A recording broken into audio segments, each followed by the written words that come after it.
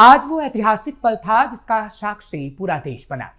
नजारा बेहद खूबसूरत था। किसी के चेहरे पर मुस्कान तो किसी की आंखें नम नजर आ रही थी, क्योंकि जिसका इंतजार बरसों से किया जा रहा था वो आज पूरा हुआ। यानी राम मंदिर का संपूर्ण कार्य पूरा हो चुका है। आज हम उसकी एक एक तस्वीर आपको दिखाएंगे। योगी मोदी के संदेश के साथ विपक्ष की मजबूरी की तस्वीर से भी पर्दा उठाएंगे। नमस्कार, कैपिटल टीवी का खास शो पर्दाफाश देख रहे हैं आप। मैं हूं आपके साथ हर्ष भारद्वाज। प्रधानमंत्री नरेंद्र मोदी और आरएसएस प्रमुख मोहन भागवत ने अयोध्या में श्री राम जन्मभूमि मंदिर के शिखर पर औपचारिक रूप से भगवा ध्वज फहरा दिया है, जिसकी ये तस्वीरें काफी ऐतिहासिक हैं। हालांकि इस मौके पर मोहन भागवत, पीएम मोदी और सीएम योगी ने संबोधन भी किया। उत्तर प्रदेश के मुख्यमंत्री योगी आदित्यनाथ ने कहा कि अयोध्या में राम जन्मभूमि मंदिर पर ध्वजारोहण एक यज्ञ की पूर्णाहुति नहीं, बल्कि एक नए युग का शुभारंभ है। इस अवसर पर मैं प्रधानमंत्री नरेंद्र मोदी और आरएसएस सरसंघचालक मोहन भागवत का उत्तर प्रदेश सरकार और उत्तर प्रदेश वासियों की ओर से हृदय से अभिनंदन करता हूं। उन्होंने कहा कि राम मंदिर पर लहराता एक केसरिया ध्वज धर्म का, भारत की संकल्पना का प्रतीक है। संकल्प का कोई विकल्प नहीं। योगी आदित्यनाथ ने लाठी गोली खाएंगे, मंदिर वहीं बनाएंगे नारे का भी उल्लेख किया और कहा कि भगवान राम की पावन नगरी एक नए दौर में प्रवेश कर चुकी है। हर प्रकार की सुविधा आज अयोध्या धाम में है। उन्होंने अयोध्या में हुए विकास के काम भी गिनवाए और जय श्री राम के नारे के साथ अपनी बात को पूरा किया। साथ ही उत्तर प्रदेश के सीएम योगी आदित्यनाथ ने पीएम नरेंद्र मोदी और आरएसएस सरसंघचालक मोहन भागवत को श्री राम जन्मभूमि मंदिर के शिखर पर फहराए गए भगवा ध्वज और मंदिर में रामलला की मूर्ति के छोटे मॉडल भेंट किए। नहीं दरिद्र को दुखी न दीना, नहीं कहो अबुद न लक्षण हीना। 80 करोड़ लोगों को राशन की सुविधा का लाभ, 50 करोड़ लोगों को निःशुल्क स्वास्थ्य की सुविधा का लाभ, हर गरीब के पास जरूरतमंद को एक आवास की सुविधा, हर व्यक्ति को बिना भेदभाव के शासन की सभी प्रकार की सुविधाओं का, यह राम राज्य की उस उद्घोषणा का जिसका आधार विकसित भारत है, यह उसी का संकल्प है। बहनों और भाइयों, पिछले 500 वर्षों में साम्राज्य बदले, पीढ़ियां बदली, किंतु आस्था अडिग रही, अचल रही। आस्था न झुकी और न रुकी। जन जन को विश्वास अटल था। और जब राष्ट्रीय स्वयंसेवक संघ जैसे यशस्वी संगठन के हाथों में कमान आई तो हर एक मुंह से बिना किसी परवाह करके एक ही उद्घोष निकलता था कि रामलला हम आएंगे, मंदिर वहीं, लाठी गोली खाएंगे, मंदिर वहीं। और एक समय था जब ये वैभवशाली अयोध्या संघर्षों, अराजकता, बदहाली का शिकार बन चुका था।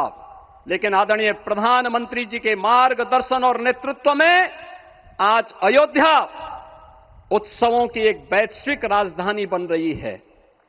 यहां हर दिन एक पर्व है, हर दान एक प्रताप है और हर दिशा में राम राज्य की पुनर्स्थापना का दिव्य अनुभूति हो रही है। तो सुना आपने कैसे सीएम योगी ने साफ संदेश दिया कि जो प्रण लिया जाता है उसे पूरा भी किया जाता है।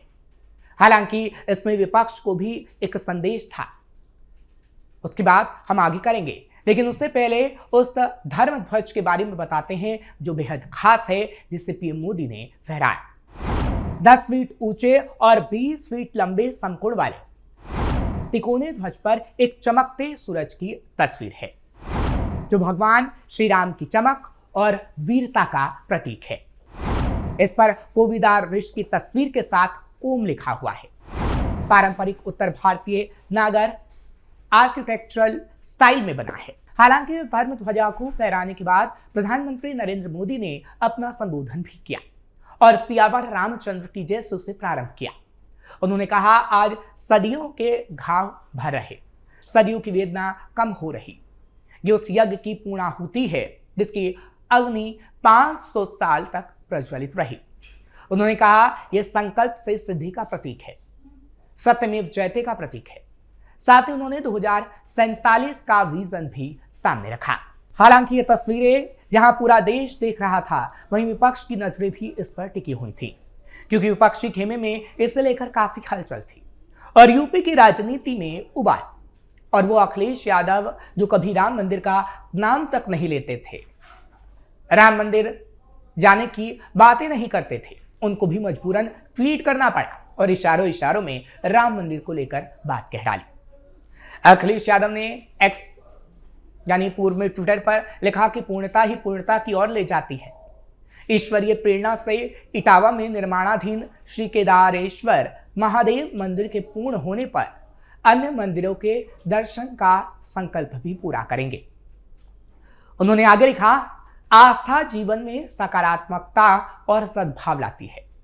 दर्शन के लिए ईश्वर ही मार्ग बनाते हैं और वही बुलाते हैं। हम सब तो ईश्वर के बनाए मार्ग पर चलने वाले यात्री हैं। आस्थावान रहे, सकारात्मक रहे। उनके पोस्ट ऐसे समय पर आई जब पूरे देश की नजर अयोध्या पर थी। इसलिए राजनीतिक और धार्मिक दोनों ही हलकों में अखिलेश के इस बयान को खास महत्व दिया जा रहा है।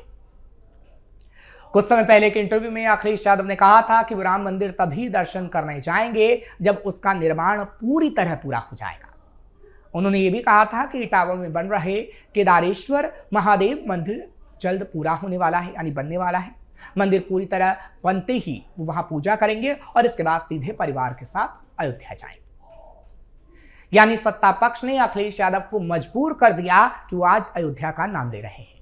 वो इसलिए क्योंकि 2027 में यूपी में चुनाव होने हैं और गैर मुस्लिम लोगों को नाराज अखिलेश नहीं करना चाहते, क्योंकि ऐसा किया तो एक बार फिर सत्ता की कुर्सी तक अखिलेश नहीं पहुंच पाएंगे। क्योंकि हर कोई ये जानता है कि समाजवादी पार्टी में हिंदू धर्म और हिंदुओं की आस्था के साथ खिलवाड़ करने की पूरी छूट है। पार्टी के नेता मुस्लिमों को खुश करने के लिए देवी देवताओं का खुलकर अपमान करते हैं, लेकिन पार्टी उनके खिलाफ कोई कार्रवाई नहीं करती और यही छवि अखिलेश को हराने का काम कर सकती है। इसलिए अखिलेश के अब सुर बदले हुए नजर आ रहे हैं। 2027 में हिंदुत्व ही रहेगा मुख्य मुद्दा। यूपी विधानसभा चुनाव 2027 को लेकर सभी दल अभी से अपनी तैयारियों को धार देने में जुटे हैं। जहां सपा कांग्रेस जनता तक अपनी पकड़ मजबूत कर रही है, तो वहीं आम आदमी पार्टी यूपी में रोजगार दो, सामाजिक न्याय दो पदयात्रा निकाल रही है। इस बीच योगी आदित्यनाथ ने संकेत दिए कि 2027 चुनाव में हिंदुत्व ही मुख्य मुद्दा रहेगा। बीजेपी यूपी विधानसभा चुनाव को देखते हुए हिंदुत्व प्लस विकास के नैरेटिव को नए सिरे से गढ़ रही है। हिंदुत्व और विकास यानी अयोध्या मॉडल। प्रधानमंत्री नरेंद्र मोदी ने राम मंदिर को राष्ट्र मंदिर बताते हुए पहले भी संदेश दिया है। इस बार भी 2047 तक का विजन दिया गया।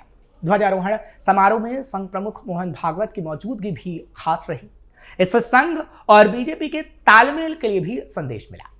अब चर्चा हो रही है, क्या 2027 यूपी विधानसभा के चुनावी जंग का पहला चैप्टर अयोध्या में लिखा जाने वाला है।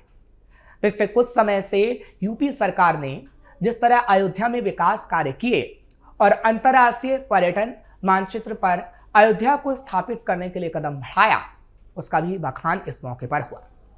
अयोध्या में मंदिर निर्माण और अब तक के हुए विकास की बात सामने रखकर बीजेपी हिंदुत्व प्लस विकास के एजेंडे को एक साथ साध रही है, जो विपक्ष को दिक्कत दे सकता है। दलित और ओबीसी पर फोकस बढ़ा सकती है पार्टी। बिहार चुनाव में एनडीए को मिली जबरदस्त सफलता के बाद बीजेपी अब उत्तर प्रदेश पर ध्यान देना चाहती है।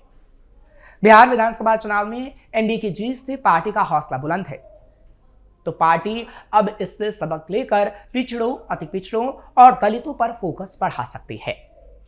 बिहार में पिछड़ों, अति पिछड़ों और दलित वोटरों ने एनडीए का साथ दिया। इस सफलता को यूपी में दोहराने के लिए सबसे ज्यादा जरूरी है कि बीजेपी यूपी में अखिलेश यादव के पीड़े की काट निकाले। पार्टी हिंदुत्व के नैरेटिव को नए सिरे से पेश कर इस चुनौती का सामना कर सकती है।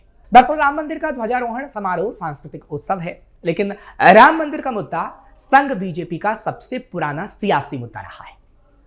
मंदिर आंदोलन ने ही सबसे पहले बीजेपी को शून्य से शिखर तक पहुंचाया था। बीजेपी एक बार फिर राम मंदिर आंदोलन की याद ताजा करके विपक्ष को चुनौती दे सकती है। बीजेपी पहले से ही इस बात को कहती रही है कि मंदिर निर्माण सुप्रीम कोर्ट के फैसले के बाद हुआ है, लेकिन ये केंद्र की मोदी सरकार की मजबूत इच्छा शक्ति की वजह से संभव हुआ कि इतनी जल्दी मंदिर बनकर तैयार हुआ। वहीं दूसरी ओर बीजेपी मुलायम सिंह यादव सरकार में राम भक्तों पर गोली चलाने और कांग्रेस के राम जन्मभूमि के फैसले में रोड़े अटकाने के लिए भी आने वाले दिनों में सपा कांग्रेस पर सियासी निशाना साध सकती है और साध भी रही है। उत्तर प्रदेश के मुख्यमंत्री योगी आदित्यनाथ के लिए भी राम मंदिर का मुद्दा खास रहा है। राम मंदिर आंदोलन में अपने गुरु महंत अवैधनाथ के साथ योगी शामिल हुए। ऐसे में इस मौके को योगी के हिंदुत्व की सियासी दांव के तौर पर देखा जा रहा है। योगी बिहार चुनाव प्रचार में भी राम राज्य की बात कर चुके हैं। अयोध्या में लोकसभा चुनाव में सपा को मिली जीत के बावजूद बीजेपी अयोध्या मॉडल को चुनावी रणनीति में स्थान दे सकती है, जिसकी तस्वीर साफ तौर पर आज नजर भी आई और यह तस्वीर आगे भी ऐसे ही सामने आती रहेगी जब हिंदुत्व की बात होती रहेगी। फिलहाल आपको ये खबर कैसी लगी कमेंट सेक्शन में जरूर बताएं। खबर को लाइक शेयर करें, कैपिटल टीवी को सब्सक्राइब करना मत भूलिएगा।